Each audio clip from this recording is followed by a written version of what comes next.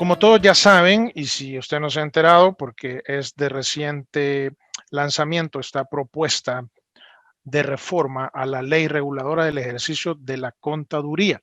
Fíjense, ha cambiado el nombre, lo han acortado. Antes incluía la palabra auditoría, sin embargo ahora lo están englobando todo en el ejercicio de la contaduría. Eso es interesante como primer punto esencial de esta reforma. Y puesto que hay esta propuesta, es una propuesta, no es todavía una reforma ya vigente, está siendo lanzada al público para ser discutida y fue presentada el lunes 26 de septiembre, recién hace 2 días. Hay una fecha límite para recepción de comentarios, es decir, que el Consejo y sobre todo el Consejo, que es el que está impulsando esta reforma, ellos van a recibir comentarios hasta el 17 de octubre del 2022. Desconozco la forma en que se deben de hacer llegar estos comentarios. Si alguien lo sabe, por favor, pónganlo en los comentarios para poder aportar, ¿no?, nuestras opiniones al respecto. No he investigado muy a fondo cómo se pueden hacer llegar los comentarios al Consejo. Sin embargo, Hola. sí que hemos estudiado la reforma con detenimiento, sobre todo comparando con lo anterior, con la ley anterior, o sea, la ley vigente actualmente. La ley vigente que tenemos ahorita sufrió la última reforma el marzo del 2022. Y lo que esta nueva propuesta de reforma incluye es son cambios bastante integrales, sobre todo en el ámbito de la regulación del contador. El auditor, como que ya estaba normado en la ley anterior, pero ahora el contador le atribuyen un poco más de obligaciones, también un poco más de protección para él, para su profesión, y norma un poco más cuáles son las atribuciones y obligaciones del contador. El auditor casi que las mantiene, pero eso es lo que vamos a estudiar esta noche. Esa es la propuesta. Como dije anteriormente, esa es una propuesta, no es la ley. No vayan a confundir porque esto todavía tiene que ser sometido al Pleno, ser aprobado y luego ser publicado en el Diario Oficial para que entre en vigencia. Según en esta propuesta, esto entraría en vigencia a partir del 1 de enero del 2023. Artículo 12. Voy a ir directamente al artículo 12 porque es lo que más está siendo comentado en las redes sociales. El artículo 12, en la parte final, dice lo siguiente: para la renovación de la tarjeta de identificación, las personas naturales deberán actualizar el registro profesional y cumplir con las horas de educación continuada requeridas por el Consejo, de conformidad con la normativa emitida para tal efecto. 40 horas anuales para el caso de los profesionales inscritos como auditores y 12 horas anuales para el caso de los profesionales inscritos como contadores. Esto es un cambio importante porque fíjense, voy a ir al artículo 12 de la ley anterior, no lo decía expresamente, sino que simplemente decía que iba a ser normado en el reglamento. Voy a ponerlo en pantalla, vamos a ver. Pero no equivocarme, si hay algo que me equivoque, por favor me corrigen, me lo ponen ahí en los comentarios, me ayudan, porque puesto que esto es ley, y no es mi área, no es mi ámbito, las leyes, entonces puedo cometer algún error. Bien, esto es lo que decía antes. Para la renovación, en el caso de las personas naturales, el profesional deberá haber cumplido con el total de horas de educación continuadas establecidas en el reglamento del Consejo. Entonces, este es un cambio importantísimo porque es una de las quejas más recurrentes que hay entre los profesionales de la contabilidad con respecto al número de horas a completar, que era anteriormente de 40 horas. Y eso estaba reglamentado, según entiendo, en el reglamento, valga la redundancia, del Consejo. Y ponía ahí, según los estándares internacionales y adoptados por el Consejo, para la actualización de conocimiento, etcétera, etcétera, etcétera. Entonces, ahora que la ley lo ponga expresamente, o por lo menos en esta propuesta de ley, porque, repito, esto es una propuesta de ley, no es definitivo, es importante y es interesante. Mantiene las 40 horas para los auditores, 40 horas anuales, y 12 horas para los contadores. Entonces, si me lo preguntan, mi opinión personal es que yo hubiera pedido más horas. Fíjense, esto es contrario a todo lo que dicen popularmente en las redes sociales, pero Al haber menos horas para contadores, entonces quiere decir que van a haber más colegas brindando servicios con credenciales que van a tener la capacidad, a lo mejor solo llevan una o dos empresas, entonces van a poder entrar al mercado laboral de contadores y ofertar servicios. Y eso, por supuesto, afecta a los honorarios de todos. Sin embargo, también es un beneficio para aquellos que no podían estar renovando su credencial por el costo de las horas continuadas. Y vean, aquí hay otro punto importante en el párrafo anterior. Dice lo siguiente: la certificación y credencial de inscripción serán extendidas por única vez y las tarjetas de identificación, ya vamos a hablar qué son esas tarjetas de identificación, deberán ser renovadas cada 3 años para los profesionales de la auditoría y 6 años para los profesionales de contabilidad. Entonces, nuevamente mantiene para el auditor los 3 años y para el contador le da el doble de tiempo para que pueda acreditar esas horas. O sea, estamos hablando que serían un total de 12 por 6 horas, 72 horas de educación continua, pero a los 6 años. Y entonces tendría que renovar su credencial. Las renovaciones tienen, o más bien la identificación, porque no es la credencial. Esto es una diferencia importante con respecto a la ley anterior. Bien, me gustaría oír sus opiniones con respecto a esto. Déjenlo en los comentarios, yo lo leo luego. Vayan dejando ahí qué opinan ustedes de esto. Personalmente yo he emitido opinión. No me parece que sea lo mejor bajar el número de horas. Es más, debería ser incrementado para que así estén los profesionales que realmente viven de la contabilidad, es decir, que se dedican a llevar contabilidades exclusivamente y no tienen otra actividad. Entonces pudiesen tener más oportunidades, por supuesto, al reducir la oferta de servicios contables, entonces ellos tienen más oportunidad de incrementar sus honorarios. Con esto es al revés. Al haber menos horas, requisitos de educación continua, entonces van a haber más profesionales ofertando sus servicios contables y eso nos va a llevar a una de las quejas, la queja principal que hay entre todos los colegas, y es el tema de honorarios. Y hablando del tema de honorarios, quiero remarcar algo bien importante que no contenía la ley anterior. Por ahí está Hugo. Hugo, si puedes ayudarme a comentar algo, puedes abrir tu micrófono, me mandas ahí un mensajito y puedes hacerlo, porque me gustaría poder interactuar con alguien que me diga cómo estaba antes o qué va opinando. Bien, vean, el tema sancionatorio, sí, eso ya vamos a hablar, eso está bien interesante. Estoy buscando por aquí las obligaciones, son tantas, las he marcado todas. Luego yo les comparto este documento para que ustedes puedan tenerlo también. Vean, este es uno, este está en el artículo, hablando de los honorarios, por supuesto. Prohibiciones de los contadores. Ahora hay prohibiciones para los contadores y prohibiciones para los auditores. Anteriormente existía una serie de prohibiciones sin identificar si son del contador o son del auditor, pero dentro de una de las que me llamó mucho la atención es la siguiente: prohibiciones de los contadores, y vamos al literal U.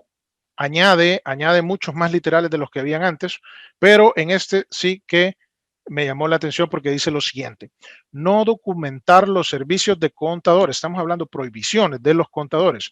No documentar los servicios de contador. Estos deberán documentarlos mediante contrato escrito o carta oferta de prestación de servicios debidamente firmada por el contribuyente, su representante legal o apoderado y el contador. ¿Esto qué nos está diciendo, compañeros? Que debe de existir sí o sí ahora la oferta de servicios y debe estar aceptada por el contribuyente y firmada por ambos, y debe tener ciertos requisitos. Es decir, ya no puede ser una oferta simple o una cotización simple, sino que debe cumplir los requisitos que aquí se dicen, y son los siguientes.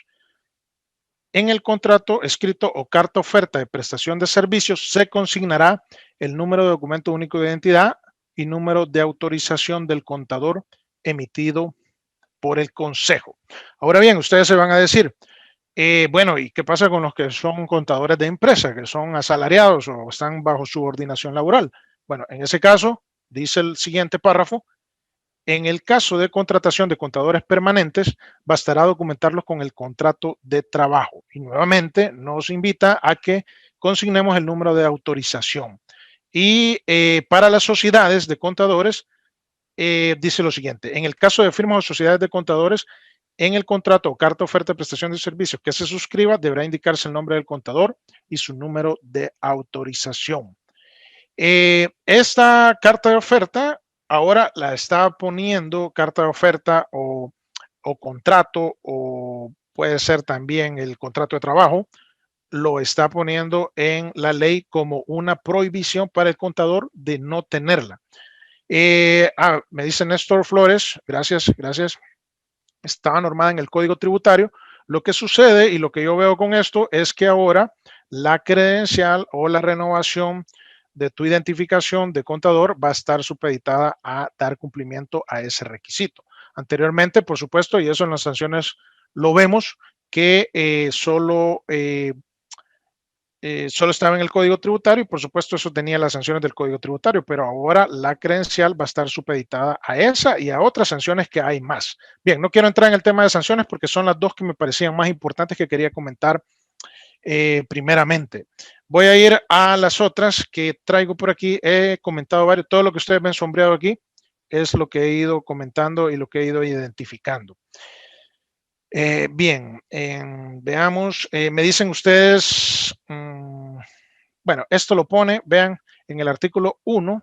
Primero, lo primero que dije es que le cambie el nombre, ¿verdad? Porque antes se llamaba, vean, aquí tengo la anterior, y me dicen si estoy equivocado, si esto no es así, pero esta es la anterior, la he bajado de la página del Consejo. Y entonces antes decía ley, veamos aquí, ley reguladora del ejercicio de la contaduría, y el título 1 decía de los contadores públicos y la función de auditoría. Entonces, cambio tal vez no tan relevante, pero que ahora lo deja y lo engloba todo en simplemente ejercicio de la contaduría. Se me perdió, perdón, aquí está, ok. Ahora dice de la profesión de contaduría pública. Bien, y añade esto en el artículo 1 que dice las personas naturales jurídicas que ejerzan dan fe plena y pública sobre actos relacionados con peritajes contables, judiciales y otros actos requeridos por la ley y autoridad competente. Esto no lo tenía antes, no sé si eso influye o es algo crítico, me dicen ustedes qué les parece. Bien, he comentado varias, no voy a ir en todas, sin embargo, voy a pasar a las más importantes que he identificado. Fíjense, bueno, en el artículo 4 de la ley, les estoy poniendo ambas, les estoy poniendo la anterior y estoy poniendo la nueva que es comentada. Lo que voy a hacer es que voy a simplificar aquí un poco para que se vea mejor. Voy a hacerlo más grande. Creo que no se ve bien, me están diciendo por ahí. Permítanme. Veamos. Ok. Esto es importante. Dice, el artículo 4 dice lo siguiente: la auditoría externa independiente para efectos de esta ley se refiere a la desarrollada por el contador público en su calidad de auditor, con la finalidad de expresar una opinión sobre si los estados financieros están preparados en todos sus aspectos significativos, y sigue. Bueno, esto es porque antes no definía exactamente en qué consistía la actividad de la auditoría. Tengo aquí el artículo 4 anterior. Esta es la ley anterior. Este que ven ustedes sombreado es la ley vigente, mejor dicho, no es la ley anterior, es la ley vigente porque todavía no ha entrado la otra en vigencia. Bien, entonces, eso es importante porque lo define ahora en la función de auditoría. Bien, vamos al siguiente. Tengo otro por aquí. Uno que me pareció bien importante es que ahora pone con mayor fuerza el hecho de definir un lugar para recibir notificaciones. Imagino que esto debe haber sido un problema para el Consejo porque los contadores cambian de domicilio. No sé, aunque en los requisitos va la dirección del contador, pues debe de definirse ahora sí expresamente un lugar para recibir notificaciones, y el hecho de no hacerlo implica sanciones, y esas sanciones están ahora con más fuerza en la parte final, que ya vamos a ver adelante. Bien, sigo avanzando para no comerme el tiempo en eso. Tenemos esto también que ahora incluye dirección electrónica para notificaciones. En la práctica esto creo que ya se estaba dando, ahí me confirman ustedes, pero ahora lo contempla la ley. Lo que estamos viendo es que muchas de las prácticas que el Consejo ya estaba realizando a través de los reglamentos o a través de los memorandos internos de funcionamiento del Consejo, ahora se están incorporando en la ley, por tanto está quedando ya normado legalmente en la normativa. Bien, entonces ahora nos dice que pone como un requisito especial o una forma exclusiva de recibir notificaciones la dirección electrónica y eso es correo electrónico. Entonces, interesante. Hay una serie de reglas de notificación, ¿verdad? En la cual nos vuelve a decir que las publicaciones en la página web del Consejo son la forma en que se debe hacer esas reglas de notificación. Entonces, eso es importante. Bien, paso rápido de eso y voy al artículo 12 siempre, que ya lo habíamos comentado. No estoy seguro de esto. Alguien que me ayude ahí, si existía antes esta tarjeta de identificación, ustedes me dicen. Yo entiendo que solo había certificación literal y credencial de inscripción. Entonces, ahora lo que está diciendo el Consejo o lo que está diciendo esta tarjeta de identificación sería una tercera, porque anteriormente solo habían dos y no la iban a emitir. Entiendo por lo que dice aquí, ustedes me dicen si en la práctica es así, y por lo que decía el artículo 12 anteriormente, solo se emitía una vez, ¿verdad? Y ahora, incluso solo decía certificación y credencial de identificación, ahora lo está poniendo como credencial de inscripción y tarjeta de identificación. Y esa la van a estar emitiendo cada vez que usted la renueve, o sea, cada 3 años y cada 6 años. Me dicen si eso es así. Me dice Hugo que sí, que es el carnet. Ok, bueno, eh, interesante porque eso tiene un costo, esa emisión del carnet. Al final están los aranceles que están detallados y ahí es donde lo pone más claro. Bien, el listado de contadores públicos, este es un cambio importante también que identifiqué. Me dicen que entiendo que esto se hacía una vez al año, me dicen si esto es así, y ahora ya no lo pone como una vez al año que el Consejo va a estar publicando ese listado de contadores, sino que lo pone, vean, esto es lo que decía el artículo 13, vamos a ver, dice, una vez al año, el Consejo una vez al año, más tardar el último día hábil del mes de enero, publicará el listado de los autorizados para ejercer la contaduría pública. Entonces ahora lo pone periódicamente. Esto quiere decir que entonces va a haber un registro público en la página del Consejo, imagino yo, en donde se va a estar publicando los contadores. Entonces, en cualquier momento alguien podría ir a esa página y validar si ese contador está autorizado para ejercer la contaduría pública. Bien, con respecto a los sellos, hay cambios, no me voy a detener mucho en eso, simplemente es que los sellos ahora llevan una C si es contador, una A si es auditor y el número. Entonces esto quiere decir que va a haber que cambiar el sello y de hecho al final lo pone. Esto sería los sellos que actualmente se tienen. En el caso, repito, esto es una propuesta reforma a la ley. En el caso de que se apruebe esta ley, entonces los sellos tendrían validez hasta el 31 de diciembre del 2023. Eso está al final de esta propuesta, entonces habría que hacer cambio de todos los sellos. Bien. Sí, me dicen que el registro de contadores y auditores ya lo tienen. Obviamente ya existe el registro, solo es cómo lo publican. Era lo que me estaba refiriendo. El hecho de que se hacía una vez al año y ahora va a estar periódicamente siendo publicado, me imagino. Bueno, aquí lo dice expresamente, página web, los registros de profesionales inscritos. Como ese es un registro público, anteriormente tenía que ser una publicación en un diario oficial, pero ahora va a estar todo el tiempo ahí colgado en la página web del Consejo y ahí se va a poder validar si esa persona está acreditada para ser auditor o ser contador. Bien, ok. Bueno, esto ya lo habíamos dicho, documentar los servicios de contador. Esto está dentro de las atribuciones del contador. Fíjese que anteriormente solo lo decía, bueno, yo entiendo, y si Hugo está por ahí que me corrija, entiendo que no lo ponía para el contador, aunque el hecho de que puedan existir estos Imagino yo que esto lo está poniendo por la cuestión de las sanciones, porque añade ciertas sanciones que antes no habían y pienso que la forma en que el consejo pueda comprobar de que existe una relación cliente-contador es a través de esta carta o esta carta oferta o este contrato. Entonces, de no existir ese contrato, por ejemplo, no se podrían imponer sanciones por el incumplimiento de obligaciones con el cliente, que eso no lo tenía la ley anterior y ahora sí lo pone. Bien, ok, entonces dice lo siguiente, lo voy a leer. Documentar los servicios de contador.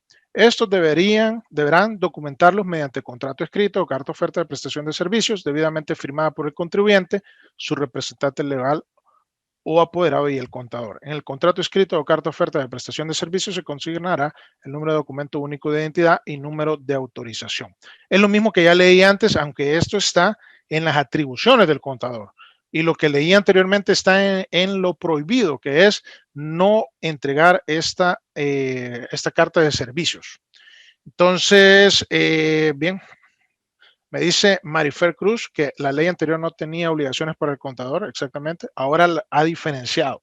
Creo que eso es mejor porque, como dije, regula un poco más la actividad de la contaduría en sí y la de la auditoría, que ya estaba bastante normado, sigue más o menos igual, pero ahora el contador está expresamente en la ley normado y eso es mejor porque entonces le da un nuevo estatus al contador, pienso yo. Bien. Y cuando habla de esta carta de servicios, lo dice, pienso yo, por lo que les decía, por el hecho de las sanciones que vienen a continuación. Vamos a ir ya vamos a ir llegando a las sanciones. Bien, tenemos aquí dentro de las prohibiciones están las que les decía, sobre todo se añaden estas que están en amarillo aquí, añade más prohibiciones, ¿verdad? Que antes no estaban y añade prohibiciones, vean ustedes, prohibiciones para los auditores aquí, y prohibiciones para los contadores. Entonces, ambos ahora están separados y están normados. Anteriormente había un solo listado, por lo tanto, ahora está más expresamente en la ley, en esta propuesta, está identificada esas prohibiciones. Algo que me llama la atención, que no lo vi en la ley anterior, es el literal, este literal P, Q y R. Vea, dice lo siguiente. Negarse, ahora, dentro de las prohibiciones para el contador se encuentra esta. Negarse a firmar los estados financieros en calidad de contador sin justificación técnica o legal. Ustedes me dicen por qué pueden haber puesto esto. Habrán algunos contadores que quizás se nieguen a firmar los estados financieros de la contabilidad que ellos han hecho. El otro, el literal Q, dice retener, vean este que interesante, retener documentos contables propiedad del cliente o terceros sin justificar técnica o legalmente esa retención de documentos.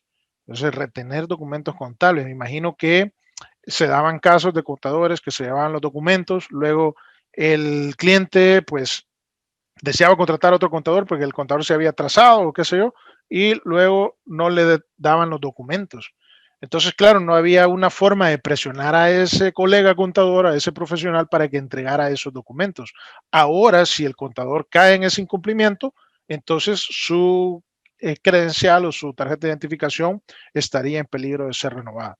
Y esto es interesante porque está puesto dentro de las prohibiciones para el contador. Y el literal R, vean ustedes lo que dice, no entregar en el lapso de los 60 días calendario los registros contables y sus respectivos documentos de soporte cuando sean requeridos por el cliente de forma escrita. ¿Qué tiene que ver esto? Entiendo yo, y alguien que me corrija si esto no es así, que lo han puesto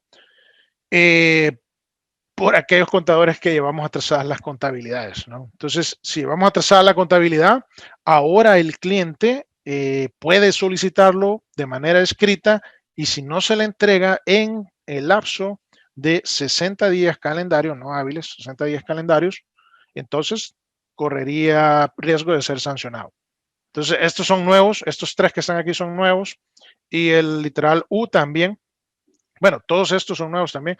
El S también dice que incumplir el código de ética, este que tengo aquí, también es una prohibición para el contador y no cumplir con las resoluciones dictadas por el Consejo de Vigilancia. Pienso que todas estas cosas eran por casos que se han ido dando y que el Consejo ha identificado que es necesario normar en la ley.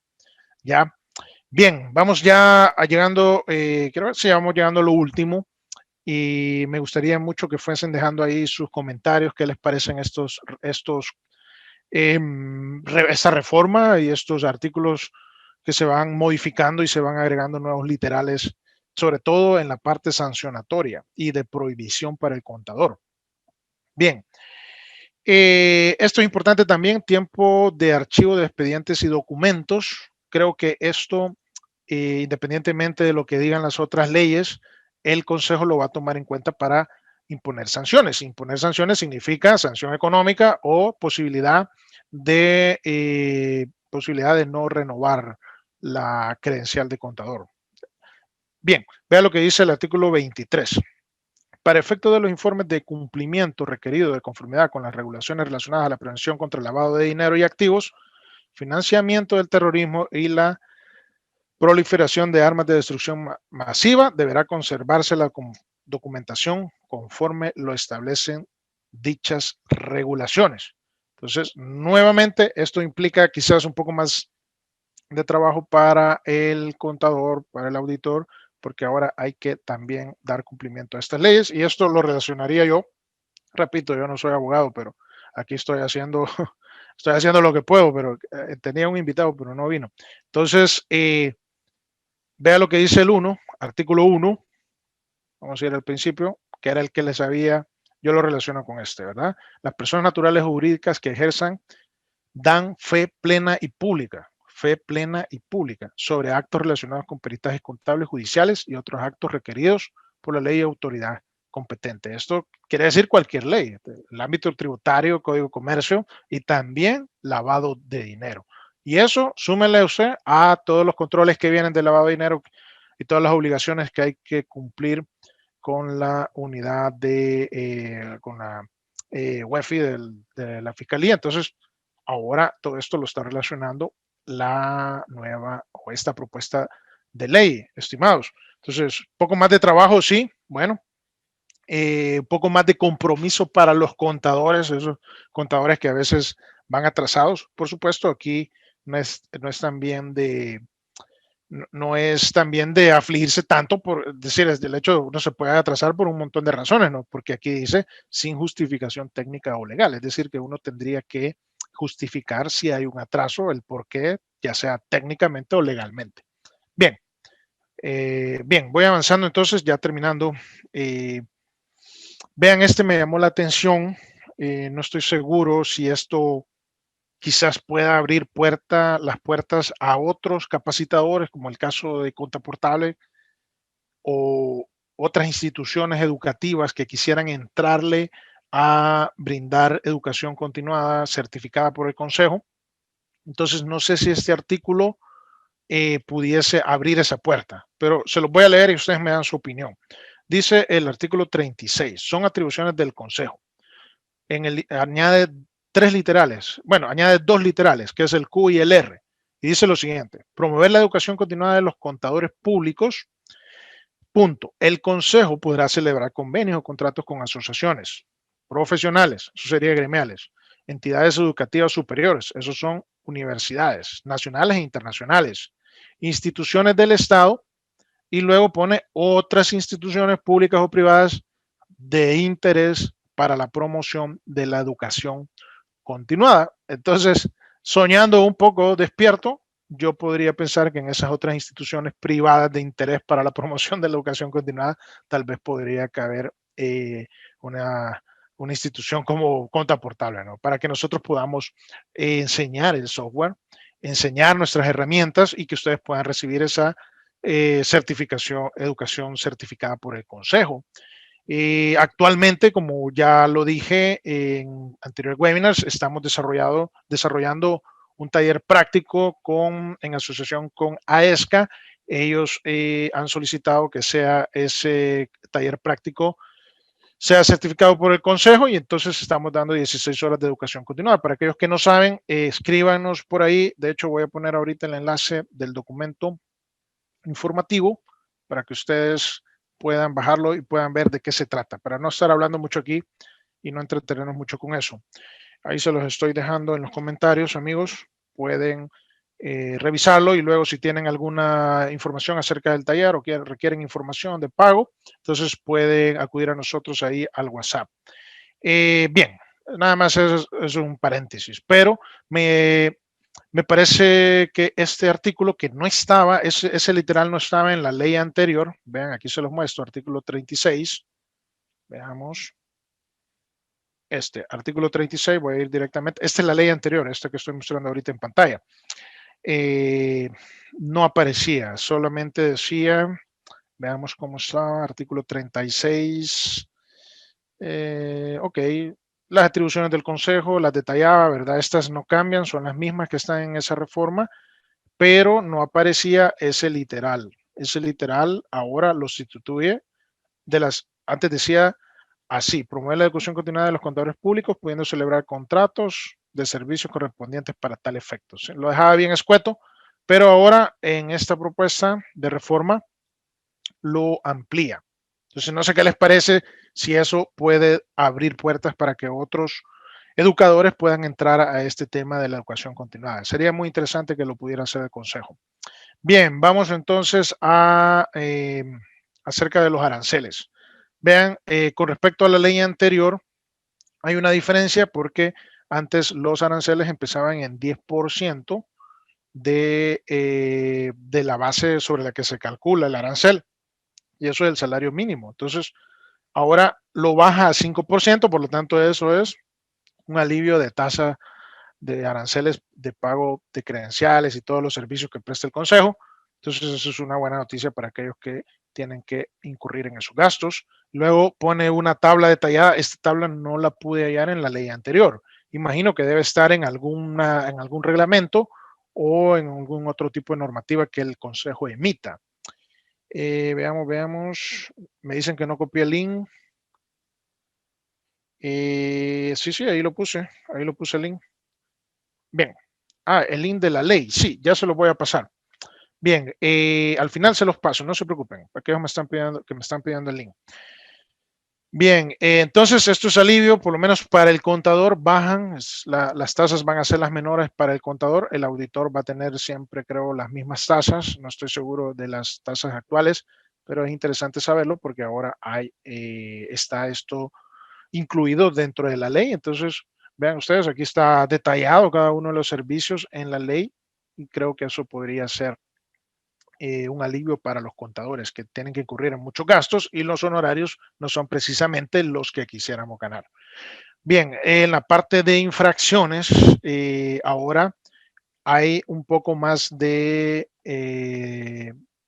detalladas las infracciones y sobre todo añade estas que están aquí sombreadas, son las que se han añadido que no estaban con respecto a la ley anterior.